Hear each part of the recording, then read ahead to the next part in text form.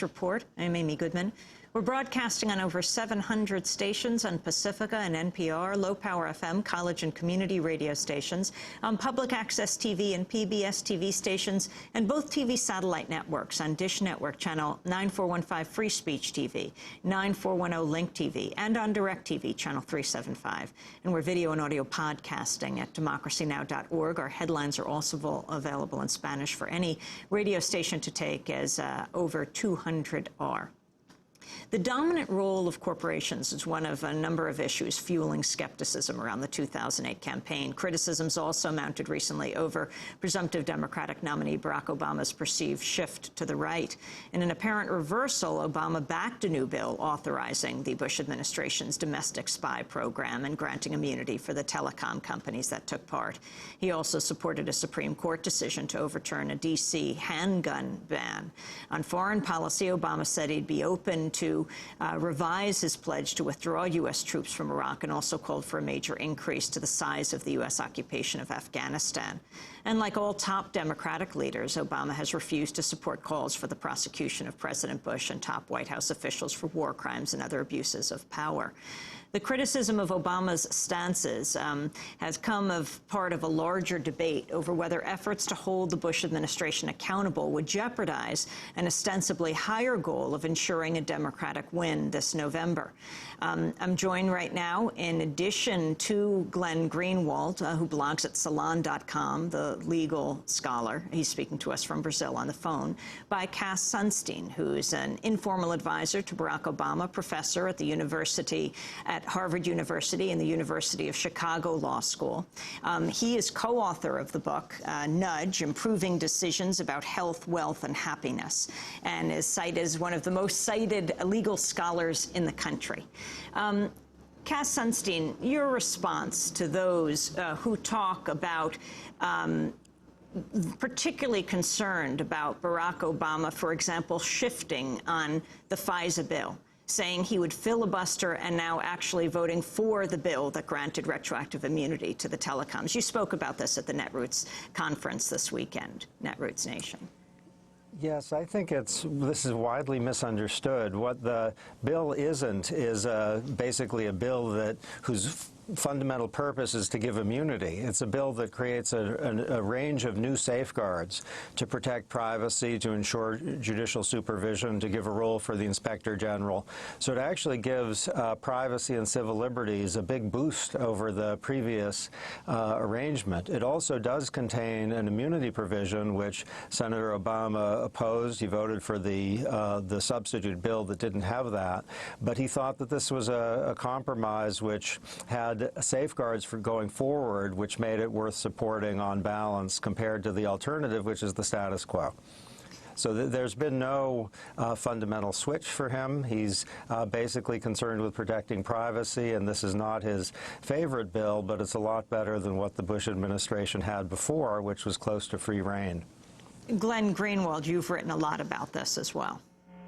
Well, you know, it's one thing to defend Senator Obama and to support his candidacy, as I do.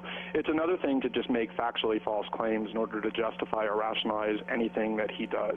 The idea that this wasn't a reversal is just insultingly false.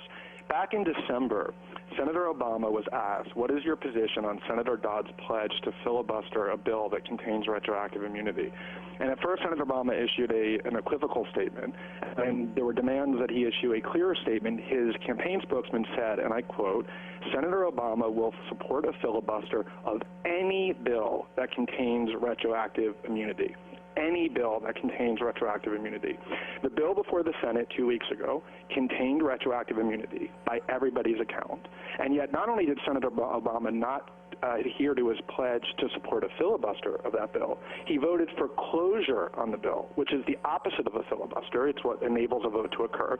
And then he voted for the underlying bill itself.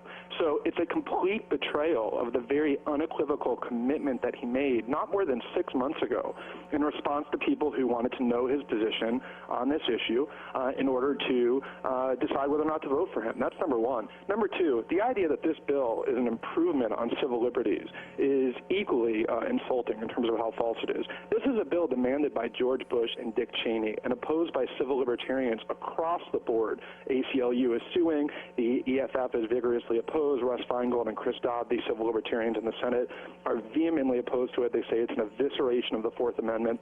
The idea that George Bush and Dick Cheney would demand a bill that's an improvement on civil liberties and judicial oversight is just absurd. This bill vests vast new categories of illegal and or unconstitutional and warrantless surveillance powers in the president to spy on Americans' communications without warrants. If you want to say that that's necessary for the terrorist threat, one should say that. But to say that it's an improvement on civil liberties is just propaganda. Cass Sunstein. Well, I appreciate the passion behind that statement. I don't see it that way. And Morton Halperin, who's been one of the most aggressive advocates of privacy protections in the last decades, is an enthusiastic supporter of this bill on exactly the ground that I gave.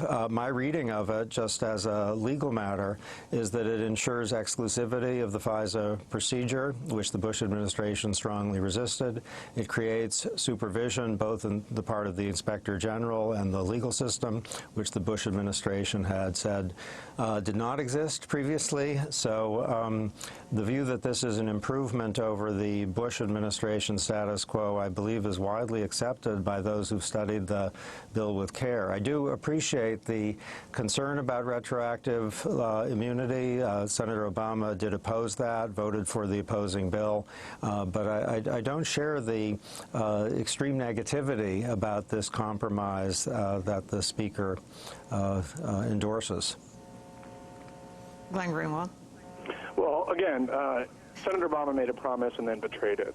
The idea that the bill is an improvement on civil liberties, like I said, is demonstrated by the fact that all civil libertarians, virtually across the board, vigorously oppose it and are suing over it. Glenn Greenwald, let me move on to another issue, and that is the issue of holding Bush administration officials accountable.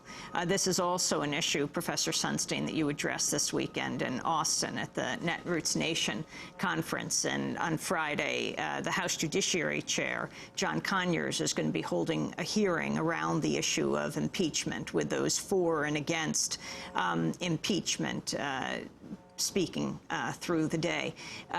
Your assessment of the whole movement and your thoughts on this, Cass Sunstein. Well, I speak just for myself and not for Senator Obama on this, but my view is that impeachment is a remedy of last resort, that the consequences of an impeachment process, a serious one now, would be to divide the country in a way that is probably not very helpful. It would result in the presidency of Vice President Cheney, which many people enthusiastic about impeachment probably aren't that excited about.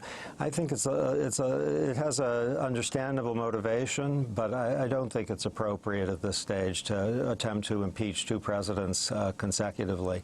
In terms of holding Bush administration officials accountable for illegality, any crime has to be taken quite seriously.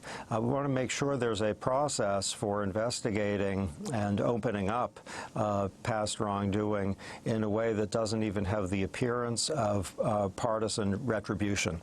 So I'm sure an Obama administration will be very careful, both not to turn a blind eye to illegality in the past and to institute a process that has guarantees of independence so that there isn't a sense of the kind of retribution we've seen at some points in the last decade or two. That's not healthy. I recently spoke to Democratic Senator Russ Feingold of Wisconsin, who's been a leading congressional voice against the Bush spy program. This is some of what he had to say. The President takes the position that under Article 2 of the Constitution, he could ignore the Foreign Intelligence Surveillance Act. We believe that that's absolutely wrong. I have pointed out that I think it is not only against the law, but I think it's a pretty plain impeachable offense that the President created this program, and yet this immunity provision may have the effect not only of giving immunity to the telephone companies, but it may also allow the administration to block legal accountability for this crime, which I believe it is. Cass Sunstein. Well, there has been a big debate among law professors and within the Supreme Court about the president's inherent authority to wiretap people. And while I agree with Senator Feingold that the president's position is wrong,